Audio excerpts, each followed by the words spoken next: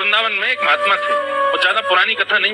उन्होंने दीक्षा ग्रहण करने के बाद अपने गुरुदेव से कहा कि गुरुदेव मुझे आज्ञा दीजिए, मैं क्या करूं। तो गुरुदेव ने कहा भांडीरवन चले जाओ, और भांडीरवन सबको पता है ना, भांडीरवन यमुना पार भांडीरवन जाओ, और वहां जाकर के जो गुरु ने आपको, हमने जो मंत्र दिया है इसका अखंड माला करो। बोले कब तक करें? और जब तक प्रिया प्रियतम प्रकट ना हो जाए तब तक करो। गुरु जी ने भी ऐसी आज्ञा दी, तो आगे चले गए और भांडीरवन में एक वृक्ष के नीचे बैठ करके युगल नाम का ऐसा कीर्तन किया, करते करते करते करते करते करते करते कितने महीने बीत गए। तो जैसे ही महीने पूर्ण हुए, प्रिया जी से देखा नहीं गया। ठाकुर जी से बोले चलो दर्शन देने, और श्री प्रिया प्रियतम दोनों युगल रूप धारण करके उनके सामने प्रकट हो गए।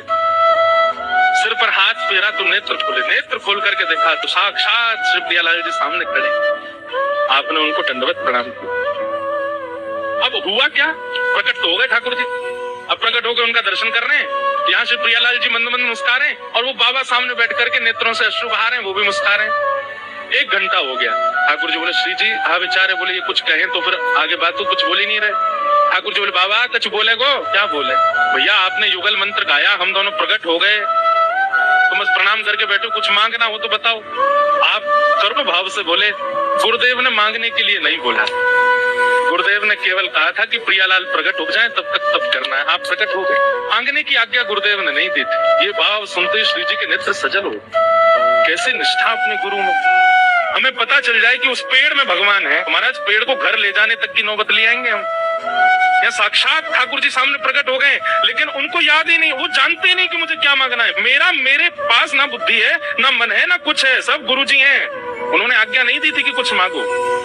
प्रिया जी बोली कि इतने श्रेष्ठ शिष्य हैं, इनके गुरु को भी नहीं पता होगा ये। लाल जी बोले क्या करें? तो प्रिया जी ने आज्ञा दी, बोले काम कीजिए अपने गुरु जी से पूछ के आओ, प्रियालाल जी आए क्या मांगो। तो आप दौड़े दौड़े अपने गुरुदेव के पास गए। महीनों बाद गुरु जी ने देखा दाढ़ी बढ़ गई थी, जटाएं निकल आई थी, एक के पहचान भी नहीं पाऊ कौन हो। बोले कि आपका शिष्य हूं, आपने आज्ञा दी थी भांडीरवन में। अरे मैंने कहा था प्रियालाल जी नहीं आए। बोले प्रियालाल जी आ गए।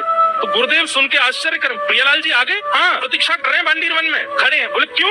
बोले प्रकट होकर के बोले मांगो। तो मैंने कहा गुरुदेव ने कहा था केवल प्रियालाल जी प्रकट हो जाए तब तक जप करो, मांगने की आज्ञा आपने नहीं दी थी, तो मैं पूछने आऊं, वो आ गए क्या मांगू? गुरुदेव ने हृदय से लगा ली। बोले धन्य है, मैं धन्य हो गया तुझे पा करके। सच में खड़े? बोले हाँ। गुरुदेव हाथ पकड़ के गए, देखा तो श्री प्रियालाल जी में प्रतीक्षा कर रहे थे, थोड़ी पे हाथ में सामने से गुरु को लेकर के आए। गुरुदेव ने प्रणाम किया। बोले अब क्या मांगू गुरुदेव बताइए? बोले बस ये दोनों राजी रहे, ये दोनों प्रसन्न रहे, यही मांगो और कुछ मत मांगो। या ऐसी गुरु निष्ठा